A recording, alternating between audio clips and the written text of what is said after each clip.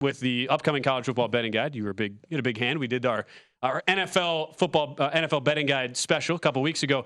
College guide coming out in a couple weeks. So first off, just a quick preview where we stand on that. How I assume basically every team, like we've had in years past, will be heavily profiled in this year's guide. Yep, all 10 conferences plus the independents, all 133 FBS teams will have a team preview for in that college football guide. Comes out August 3rd. So nice, we have a date. 2 weeks from Thursday. So it'll be out here before you know it. Very excited to get that publication out to you. Of course, it is a big project. There's a lot of editing, a lot of proofing that's involved.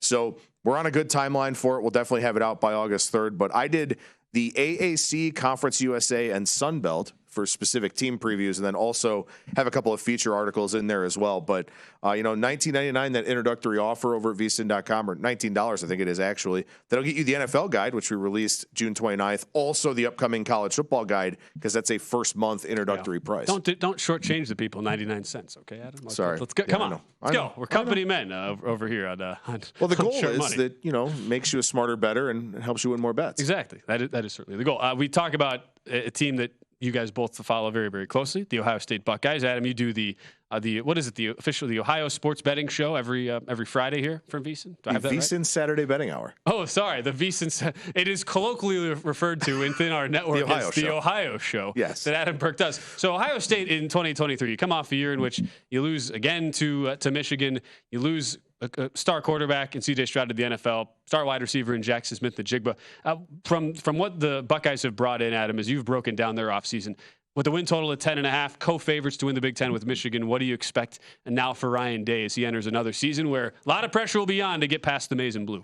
Yeah, absolutely. I mean, I think that this win total line is actually pretty accurate. I have 10.62 wins in my projections for Ohio State, so I'm pretty much right on the market number. As I was talking about with Amal during the break, I have Ohio State at least an 8-point favorite in every game, except for that game against Michigan. And I got Michigan 2.5-point favorite in that one, though I do give them one of the biggest home field advantages in the country at the Big House. So that's a big part of the difference in that line. I actually do have Ohio State power rated 1 point higher than Michigan, but of course there are some big questions. What will Kyle McCord do filling the shoes of C.J. Stroud? But look at me from a skill position standpoint. This might be the best team in the country with Travion Henderson, Mayan Williams, and Dallin Hayden all back.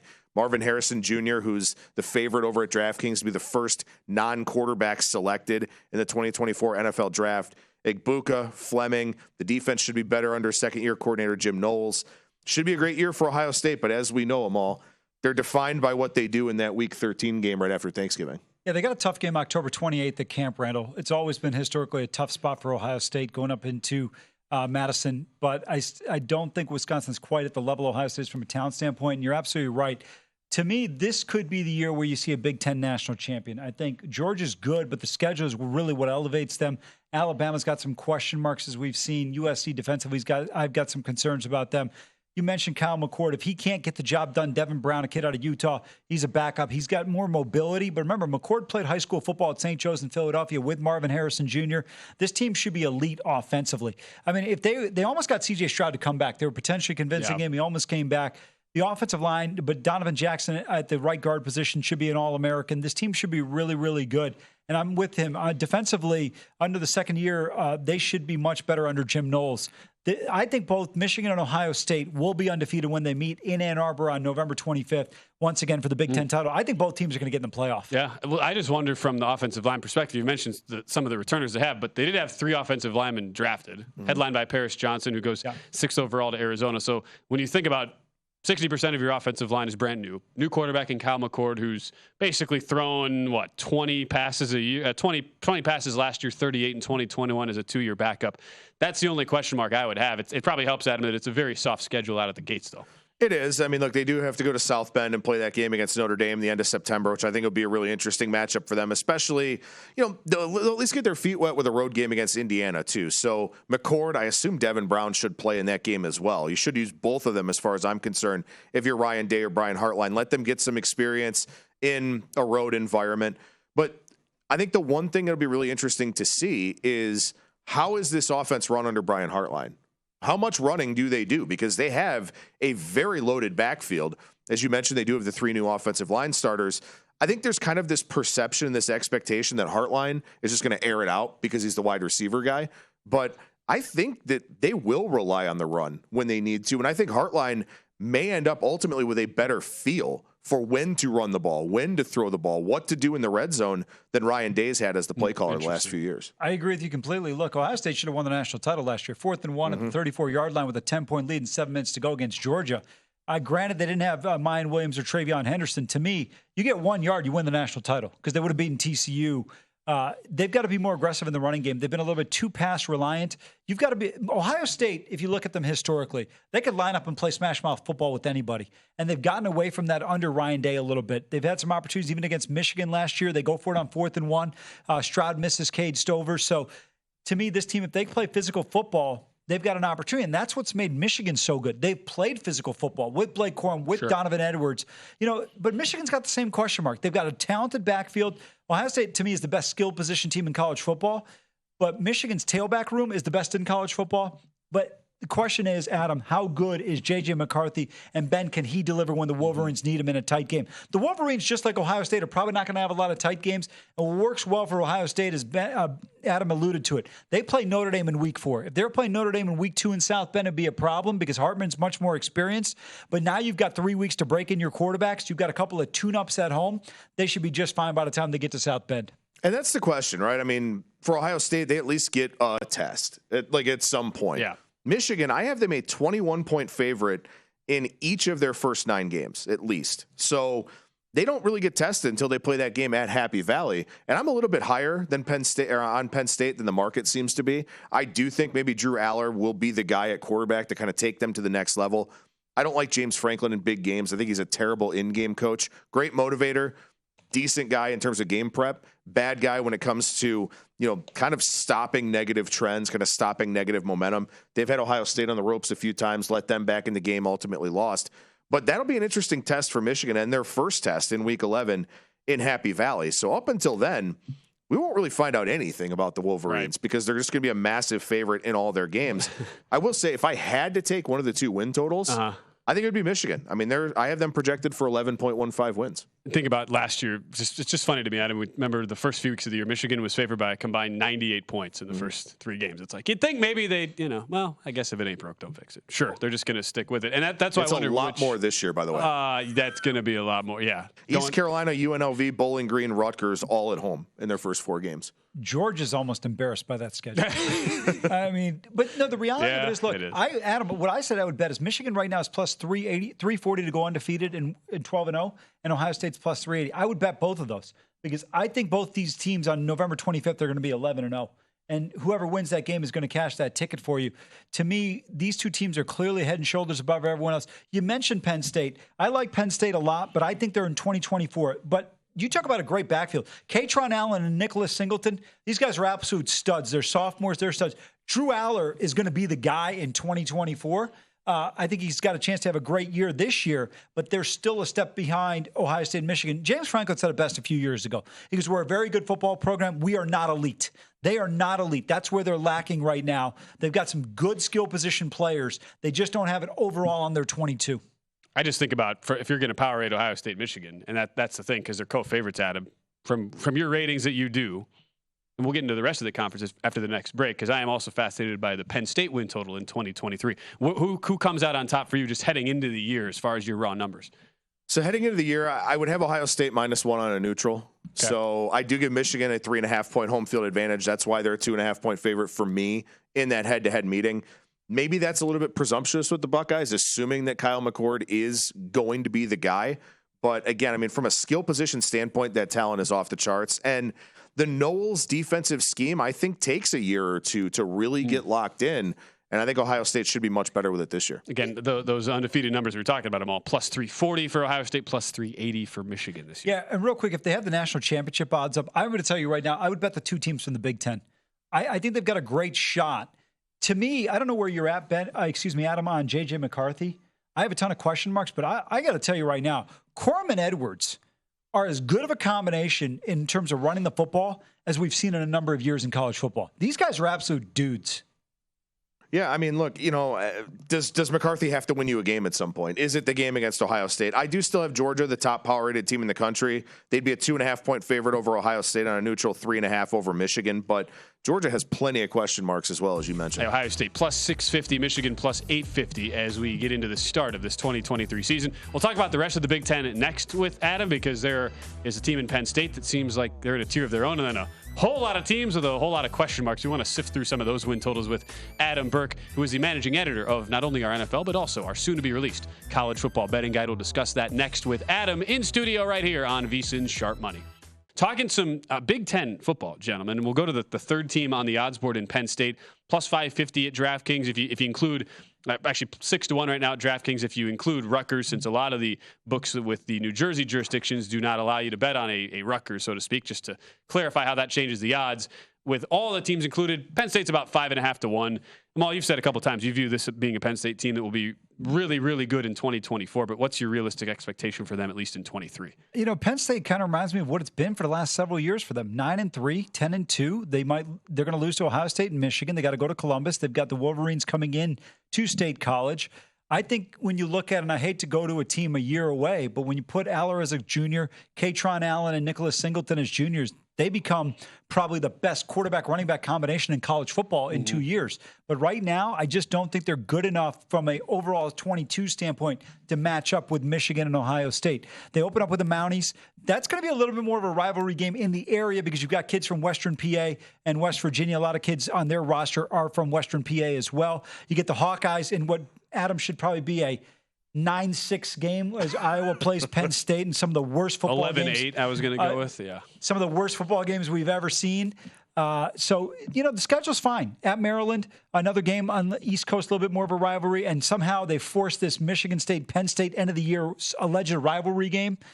This team should be 10-2. The schedule is very manageable. No real challenge there. I mean, you get UMass, Delaware, the Mounties. As I said, this schedule is very good for them. It is a very good schedule for them. I mean, their season went till 9.5 with some overjuice, and understandably so. I mean, this team, if you ran a bunch of simulations, this team's going 10-2 way more often than not. I mean, do they beat Michigan? Probably not. Do they beat Ohio State? Probably not. Do they win their 10 other games? They should. I have them a double-digit favorite in every single one of them. So this team should go 10-2, and again, it'll be one of those things where their ceiling is defined by if they can beat Ohio State or Michigan. And frankly, I don't think so, but I do agree with them all that they are kind of building towards maybe being closer to being able to go up against those two teams and pull off one of the upsets, but I don't really think this is the year. I do have them as a 3.5-point dog at home against Michigan in that Week 11 game. To Adam's point, James Franklin will have a 7-point lead, and it'll be 3rd and 1 instead of having one of the dudes. And they got absolute dudes. Yeah. Make no mistake about it. Between Singleton and Allen, he'll throw the ball, and it'll be 3rd and 7. And you see they're playing. They've got 7 guys in the box, and he'll try and run the ball. Remember that play that they ran with Trace McSorley against Ohio State? Nobody was happier than me that he's got Chase Young sitting there waiting for him. Runs one of the dumbest plays you've ever seen. That's what Penn State has done. Look, they don't have the same in-state talent in the state of Pennsylvania that they once had, but this program, if they can find a way to get on track, and defensively they're always consistent, they're always good, right, they could be right there in terms of what they're capable of doing in this conference. I just don't see them, though, getting over the top here right now against Michigan and Ohio State. Was there an in-game coaching matchup that fascinated you more than the Brian Harsin versus James Franklin when you had that Auburn-Penn State game where it was just comical back and forth? I mean, it was like 4th down decisions all over the place. Crazy. By the way, I love that game because that was an easy one for Penn State. But yeah, Brian Harsin is one of the worst coaching hires in the history of college football. How do you take a guy from Boise, Idaho, to go down on the plains and go compete against Nick Saban? You got to get guys who know have to know how to funnel money through the churches to get recruits. Yep. Brian Harsin doesn't strike me as that kind of guy showing up with the bags in the churches in Georgia. Didn't work out that way. I'm enjoying this. This is the most animated I've seen them all during one of my Tuesday hours. This is perfect. You should have said yesterday, Adam, with his top 10 overrated. Well, I wasn't given a sedative. That's okay. That's fair. That's true. It is also. Patrick's out of town. You elevate your game. I like it. I don't know about that, but I mean, sometimes if you're being suffocated, it's hard to breathe. I'll pretend I didn't hear that. What were you going to say? I was going to say Amal yesterday was beautiful for the his top 10 college overrated football, college I'm football always fired it up. Top 10 overrated coaches. Yeah, he's always ready to go on topics like that. But as far as the rest of this conference, are you viewing Penn State as a clear 3rd, or do you give Wisconsin enough of an upside, Adam, this year to potentially compete for that. Wisconsin is 4th on the overall odds board, about plus 750. So Wisconsin's a really tricky team. I mean, I do have a projection for them of almost 10 wins, so that's definitely above where their season win total line is. It's 8.5 with overjuice. I do think this is worthy of an over bet. I think Illinois is a good team. I don't really like anybody else that much in the West Division. But the thing about Wisconsin that's going to be really, really intriguing, a couple of things. The first is Tanner Mordecai is the best quarterback they've had since Russell Wilson? It's exactly what I said. Yep. So there's that, which helps them. But the other thing is since Allen Everidge, but I mean, we could keep going back if you want to. But the other thing is this team is not exactly built for the Phil Longo offense. So I'm curious to see how quickly that takes hold, because they are kind of more of a play action and hope to complete a few passes here and there, run the football a ton. That's not really what Phil Longo's done as an offensive coordinator throughout his career. So the question is, can they work with the personnel that they have and get those guys to be pretty efficient on offense, where Mordecai should be a good quarterback? Braylon Allen is still a very, very good running back. Do they have the talent at wide receiver to kind of execute the route concepts that Longo has? Can they play with a little bit of tempo? The defense should be fine. I mean, Luke Fickell, should do a great job, and Wisconsin's historically great on defense anyway. But that offense, is there a game in there, maybe early on somewhere or something like that, where they just don't really click on offense and wind up losing maybe to a team that they shouldn't? I wouldn't be totally shocked about that. So Wisconsin is a team where they get to ease into the season as well. Buffalo, Washington State's a decent team. That trip to Pullman is interesting. But they lost to Wazoo, who's a 17-point favorite at home last year. So. Right. So, I think if they get time to kind of figure it out and get it together, and if they have it together by the end of October, those two games against Illinois and Ohio State become really intriguing. I think Wisconsin's got a shot. I don't know where, Adam, you come in on their season win total, but I think they've got a shot to go 11-1. Adam's absolutely right. Tanner Mordecai is the best quarterback they've had since Russell Wilson when they went to the Rose Bowl and lost to TCU. You've got a quarterback with mobility, good accuracy. Remember, Mordecai played at Oklahoma, transferred to SMU, and now he's at Wisconsin. You mentioned Longo's offense. He was at North Carolina for the last 4 years. They were elite offensively. They don't necessarily have that. But for my money, I don't know where you come out on this one, Adam. Braylon Allen is the best running back in the Big Ten. You're talking about, I mentioned Katrin Allen and Nicholas Singleton, Travion Henderson, Mayan Williams, Donovan Edwards, and Blake Corum. I mean, there's absolute studs in terms of the running back, but I think Braylon Allen's as good as anybody, and Mordecai will be more accurate than anybody they've had in a long time, minus the one game Graham Mertz played well in his entire career against Illinois. Yeah. Other than that, you're going to have the best quarterback from an accuracy standpoint. I think this team could potentially be and should really be undefeated going into week number 8 against Ohio State. Should be an undefeated showdown in Camp Randall. I'm very impressed with what Brett Bielema has done with Illinois here. I do still have Illinois a 6.5-point dog in that game at home against Wisconsin, and I have the Badgers favored in 11 of their 12 games. Of course, the exception being the game against Ohio State. So my projection, 9.99 wins, but 11-1 is not out of the realm of possibility at all. Yeah, sorry, go ahead. No, I was just going to say real quick, the rivalry game against Minnesota is always tougher than it appears on paper, because if you're not from that part of the country, Ben, you grew up in the state of Wisconsin. That is an underappreciated rivalry. It is. And I miss when it was in the Dome. It was always special, and with the Paul Bunyan's accent. That was like an ESPN 2 11 a.m. Central special. Exactly. Every single year, growing up, essentially. As Wisconsin is win total, Adam liking them to go over. Illinois is sitting at 6.5. Rest of the conference, Adam. Teams that you are looking to fade here that look like, I mean, it's not limited to just Northwestern, who has all of their issues going on with the firing of Pat Fitzgerald, but a bunch of teams apparently in transition. When you look at the rosters, Adam, what teams are you looking at that could be very, very poor on the field this year? Yeah, I mean, I'm not super thrilled about what Michigan State has coming back. I think that's a team that could end up being pretty bad and may kind of disappoint themselves in some of their games against East Division teams that aren't elite. I think they could have problems, with a team like Maryland, could even have problems with, possibly even a team like Rutgers or Indiana, despite the fact that they don't look very good. There's actually one, I know we're running up against the clock here, but I actually want to ask Amal about this one, because they're kind of a perplexing team to me. What do you expect from Nebraska this year? You know what? Here's the thing. You got Jeff Sims, the Georgia Tech transfer, who's got great mobility, couldn't hit water if he fell out of a boat in terms of accuracy. That's a big concern I have for Matt Rule's team. I like the way Matt Rule's, in terms of getting guys playing in the right direction. They've been competitive. I have some question marks. I'm not as high in Nebraska as other people are, Adam. I've got to see it. I think you need a year to kind of transition and ease it. Think about this. Bob Stoops wins this national title second year at Oklahoma. They were 7-6 his first year. Saban gets things going in the right direction in Tuscaloosa in year 2. They're 7-6 in his first year. Generally speaking, there is a hiccup in the program in terms of getting to be an elite team until year 2. I think this team could be over 500, but I don't expect Nebraska to be one where you sit there and go, hey, they can compete with Wisconsin or Illinois for the Big Ten West. Win total is 6, which feels pretty spot on, Adam. Yeah, I mean, the reason I ask, I have 4 games for them that are plus or minus a field goal, basically. Yeah, so they have a bunch of toss-up games, and is Matt Rule the guy going to steward them through those close games and help them win them? Because clearly Scott Frost wasn't. Yeah, well, it isn't his 3rd year yet, so I mean, clearly, if things go south, it's not Matt Rule's 3rd year yet, so it's time to wait on the turnaround in Lincoln. Go to VSiN.com/subscribe to become a VSiN Pro subscriber today.